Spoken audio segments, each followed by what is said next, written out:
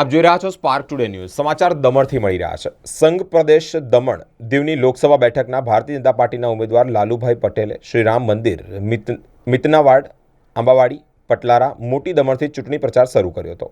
આ ચૂંટણી પ્રચારમાં પ્રદેશના પદાધિકારીઓ, દમણ જિલ્લાના હોદ્દેદારો, ચૂંટાયેલા જનપ્રતિનિધિગણ, મોરચાના અને મંડળના હોદ્દેદારો તેમજ કાર્યકર્તાઓ મોટી સંખ્યામાં ઉપસ્થિત રહ્યા હતા. ચોથી વખતના ઉમેદવાર લાલુભાઈ પટેલે ડોર ટુ ડોર ચૂંટણી પ્રચાર કર્યો હતો. લાલુભાઈ પટેલે જણાવ્યું હતું કે ભારતીય જનતા પાર્ટીના નરેન્દ્રભાઈ મોદીએ તેમને ચોથી વખત લોકસભા ચૂંટણીની ટિકિટ આપી છે. આ પહેલાં તેઓએ સતત 3 વખત જીત પણ મેળવી ચૂક્યા છે.